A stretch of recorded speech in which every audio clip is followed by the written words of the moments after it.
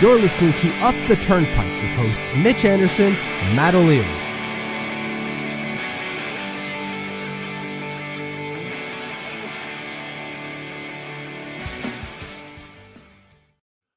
Oh boy. Oh boy. What is going on? Matt O'Leary, Mitch Anderson here for a video on the Up the Turnpike YouTube channel. Mitch, during the post game last night, we were reacting to the Islanders' sixth straight loss, and we got a bombshell of a bombshell quote from Patrick Waugh, and immediately we went, all right, we need to do a standalone video on this tomorrow. Yeah, my only regret from this video is that it wasn't done in French. I just want to hear Patrick Waugh say this in French. Oh, it would be so delectable. And it's nothing to do with Anthony Duclair, who this is about. It's to hear the words that he would use in context to anyone, really. Just the words in relation to this team and how this team is playing would have been delicious. But we have to talk about this one specifically with Duclair. In case you've been living under a rock, Patrick Waugh went in on Anthony Duclair in the post game, called out his effort, said he's lucky to be in the lineup. And without further ado, let's hear from the man himself. Here's the 30-second exchange with the media from last night. And Duclair played only a little over 12 minutes. He was god-awful. He had a bad game. That's why I didn't play him a lot. And he's lucky to be in the lineup. Sorry if I lose it on him right now, but that's how I feel. Just what are you seeing that he's not doing? He's not skating. He's not competing. He's not moving his feet. He's not playing up to what we expect from him. Do you feel like that's an effort thing?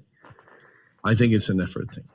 And then it starts over again. But my God, he didn't even let the question get out yet. And he was like, no, I gotta go in on our guy, Anthony Duclair here, which we mentioned in the post game.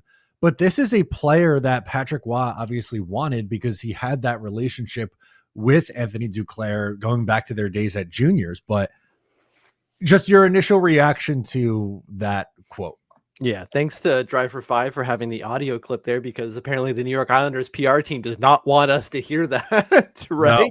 No. But initial reaction is all kinds of bad. He's not wrong, obviously, in terms of he hasn't played well. He hasn't played well for a while. It is not something recent. And I think that's probably why Patty's as pissed off as he is, because he's going, I've been telling you to do certain things for weeks now, and for weeks now they haven't been done. I don't think he's the only one. I think this is a mounting frustration for Patrick Roy, and it just happens that Duclair is the one he's going into for the right reason. What about you? What do you think? Yeah, I was surprised to see him that vocal about a player like Anthony Duclair. And this isn't me defending his play. He hasn't been very good at all for a long time. He has 3 points in the last 25 games that he's played.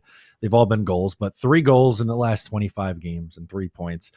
Not nearly good enough for, let's face it, the premier offseason signing this year. He was brought in as the biggest addition. Yeah, we talked about it, as a fair value contract, we thought, for someone who would play in the top 6. But he has played all over the lineup and has frankly just been not very good.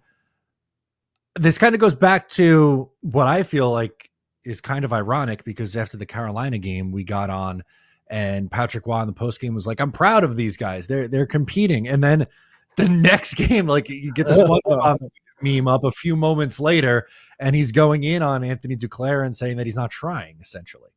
Yeah, I think it's Patty getting upset again at, I'm trying to give you guys as much as possible, because before the most recent game against the Tampa Bay Lightning, he kind of referred to his comments that he made post the Carolina game, saying, I'm trying to be positive because I don't see how digging into these guys is going to do any good, right? It's just not going to do any good if I keep shitting on them. And then they go and shit out on the ice. And he's like, well, you know what? Shit in, shit out, buddy. It's payday, and I'm going to get paid by taking a pound of flesh on all y'all individually, starting with Anthony Duclair, who has not been good at all. No. What do you think that means for the last 8 games here for the Nothing. Absolutely nothing. Yeah, right. Like, nothing changed. And that's kind of what I was expecting you to say, but that's like, I think the next part that we got to get into is Okay, you have Anthony Duclair. He hasn't been healthy scratched. He's played every single night. They don't feel like they're willing to call anyone else up. He's probably going to continue to be a ghost the last 8 games. And then you just go, oh, well, that sucked. That was a tough year. We'll try again. Give it the old college try next year. And like, well, not good, man. He's still got 3 more years left on his contract. This is year 1 of a 4-year deal. Yeah, let's contextualize this a little bit because we talked about the points, 5 points and 3 points in 25 games, you said, right? Yes. And 5 since he's come back from injury. But it's much worse than just production here, in case anyone's worried that we're just streaming on that. But like in terms of points per 60, only Martin is worse. Since Anthony Duclair has come back, only Martin is registering fewer points per 60. Martin has played 4 games, by the way. Duclair's 4th worst in individual Corsi fours, individual, so that's individual shot attempts. 5th worst for rush attempts. 3rd worst for rebounds attempts, or rebounds generated, I should say. 2nd worst for giveaways, like the most giveaways after Matt Martin per 60, who is 10.21. 4th lowest in terms of hits given and taken. I'm not really sure what to do with that, but he's not really, hitting a lot. 2nd in takeaways, most takeaways, which is fine. And then the 3rd highest Corsi against per 60 after Matt Martin and Kyle Palmieri.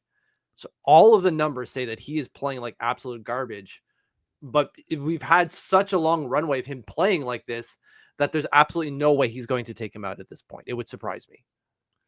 It would be surprising if he was taken out of the lineup, but it just makes me wonder, and you basically just gave the answer. Like, all right, what's the play? Like, yeah, he blew up. He finally, like, you lost Patrick Waugh. He blew up on Anthony Duclair. And then what? Like, you show up on Thursday and it's like, yeah, everything's fine again. Like, we're just going to go out there and try. And after the game, you lose 3-2 and be like, I liked our compete level tonight. Or Right. whatever. He tried this with Pierre Engvall, right? And it kind of worked, right? He shit all over Pierre Engvall and then he scored in, was it 3 straight games? Or at least had a point in 3 straight games and has been much better since. Yeah. Maybe he does this with Anthony Duclair and we finally get an effort from Anthony Duclair. Too little, too late, obviously, but maybe that's something. Maybe that's the plan.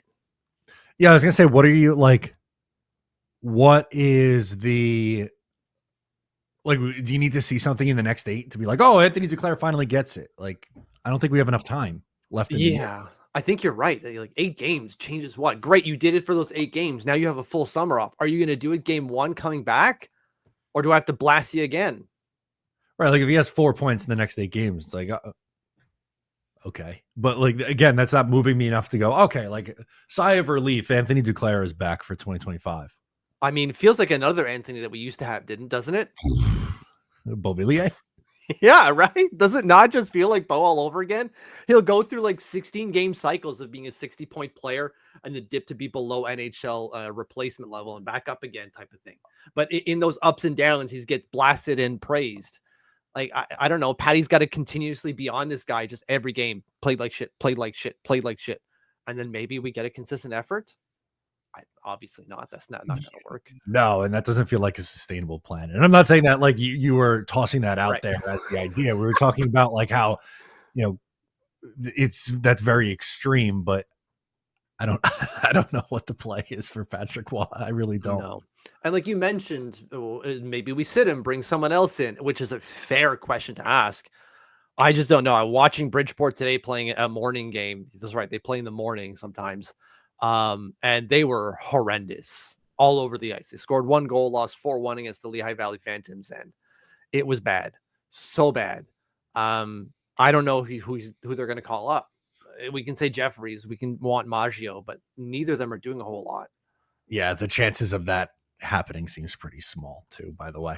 Exactly. I think they would rather get, and I don't agree, but I think they would rather try to get Duclair going than try to get someone like Alex Jeffries going. Again, I don't agree with that, but I think that's their plan. Yeah, I was going to say, not that really makes any sense, but I don't disagree. It would be more surprising to me if they called someone up to replace Anthony Duclair. Yeah. Like that'd be the most surprising outcome. Exactly. I think the least surprising, obviously he plays, but somewhere in the middle is that he does sit and then Matt Martin comes in for some reason, which would be a huge slap in the face to Matt Martin trying to get 1,000 games, wouldn't it? What a bizarre season this has been, Mitch. Like Yeah. everything just feels so ass backwards. Be like, oh yeah, we finally realized with 8 games to go, Duclair's been bad all year. And after trading away Brock Nelson, and you could have played Matt Martin every single night and got him to the 1,000 games, you're going to then just play him with the last 5 games left. And it's like, Well, yeah. Or you go, you're scratched. We're bringing in Perunovic, and we're putting Boquist up on the third or second line. what? This team is so effed. It's Yep. horrible.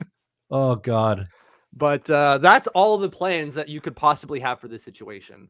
We'll see which one they come up with against whoever the hell they're playing next. I don't even care anymore. There's back in action way too soon. We need a much longer break here, but we will also be back in action later tonight. So make sure to subscribe to the Patreon. We have a podcast coming out. We'll go into this in a little bit more detail. We'll do a Q&A and a bunch of other topics as well. So subscribe to the Patreon if you haven't already.